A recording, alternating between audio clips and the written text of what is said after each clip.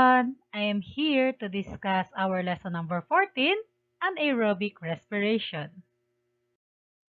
And our objectives for today's lesson, first we are going to define what is anaerobic respiration, and I will discuss some advantages and disadvantages of fermentation.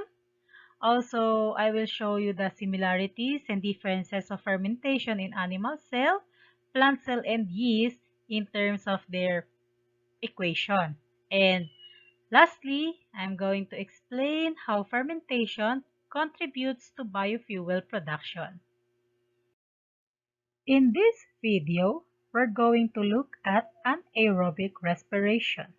You've looked at one type of respiration before called aerobic respiration.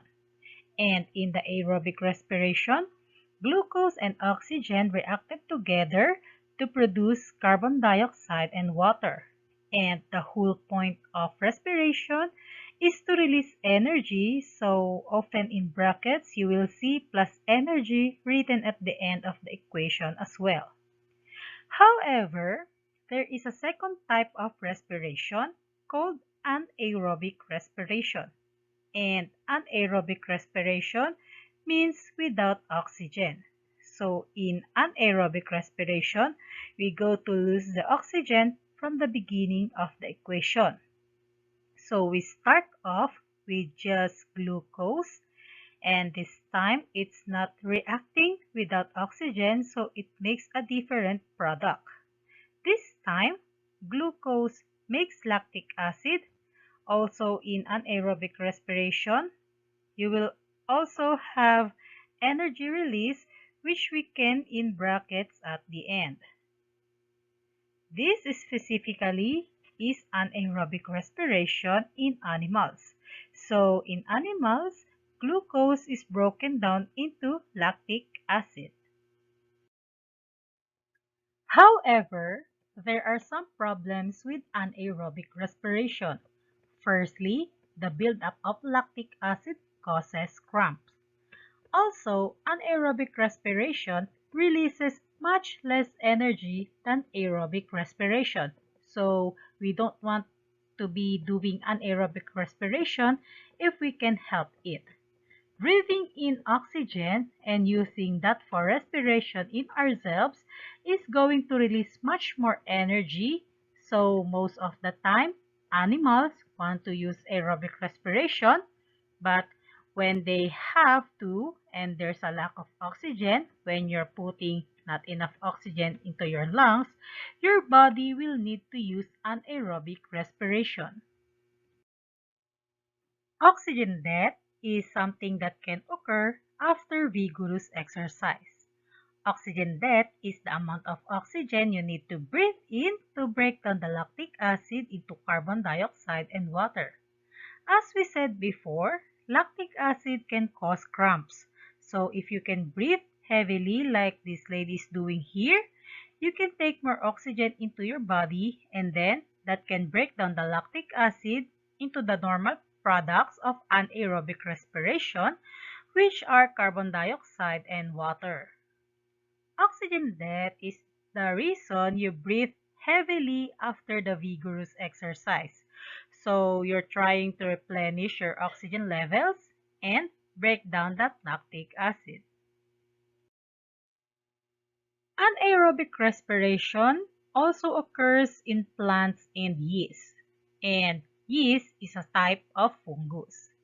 The equation for anaerobic respiration in plants and yeast is different to that of animals. We still start off with glucose, but this time the glucose breaks down into ethanol and carbon dioxide. This type of anaerobic respiration can also be called fermentation. So I'm going to use the word fermentation to discuss a few examples.